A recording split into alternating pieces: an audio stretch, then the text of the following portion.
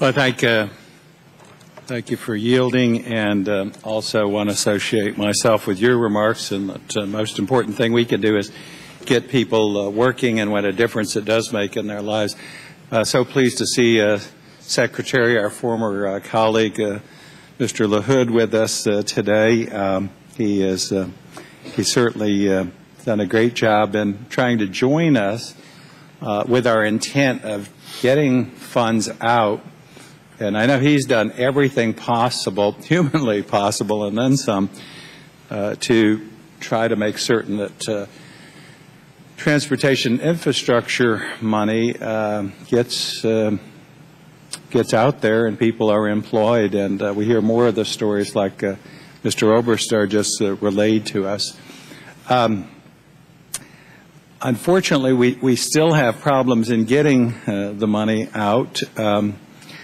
And this isn't something that should be a surprise. In fact, I had some CBO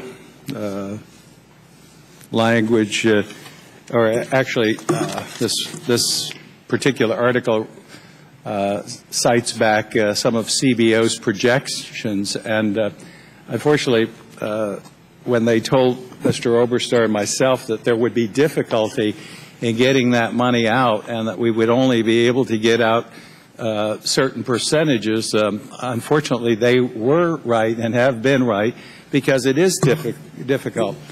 I think when we passed at least our portion of the stimulus bill, and you got to remember, out of $787 billion, less than 7% was transportation and infrastructure related. And of that, the Secretary through DOT has about $48 billion that he is responsible for, and we've tracked each of the agencies. And we tried to put in place protections to make certain the money was properly accounted for, and these hearings are something we also pledged to do, to monitor how those funds are going out and keep good tabs as trustees of the taxpayers' hard-earned dollars where that money goes. So it has been a difficult process. The chairman also cited that all the problem in the delays is not the federal government, although I would like to do a lot more in expediting the red tape and the hoops and all the delays. Like the bridge in Minneapolis, I think normally that would have taken 7 to 8 years to replace it. That was done in 437 days. So we can target projects and we can get people working in significant infrastructure investment projects. But we do have a ways to go. Now, interestingly enough, when we started looking at the hearing today, where's the chart here? Can you hold that chart up here?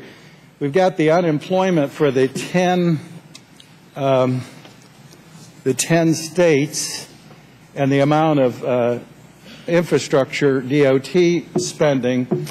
And I looked at this. This is the latest information. Remember, I do these charts. I did the chart, the first one, I think, with the end of May statistics. And I thought, well, let's see how our improvement is. And now some of these states have changed a bit as far as who has the highest unemployment, but most of them are still with high unemployment figures. And you can see Michigan up here with now has 15.2%. The end of May, the beginning of June, the unemployment was 14.1%. So it's actually risen with this amount of spending. Actually, in every one of these, with the exception of South Carolina, unemployment has either risen, even with the money, the stimulus money, unemployment's risen or remained the same in all of them except for South Carolina. South Carolina, we spent the least amount of money, $6.9 million, and that's the only one where unemployment actually dropped. So I don't think that this chart shows that what we've invested has made, at least this transportation infrastructure spending has made a difference in employment figures. That does raise concerns. And maybe we should work together in targeting some of these high unemployment states.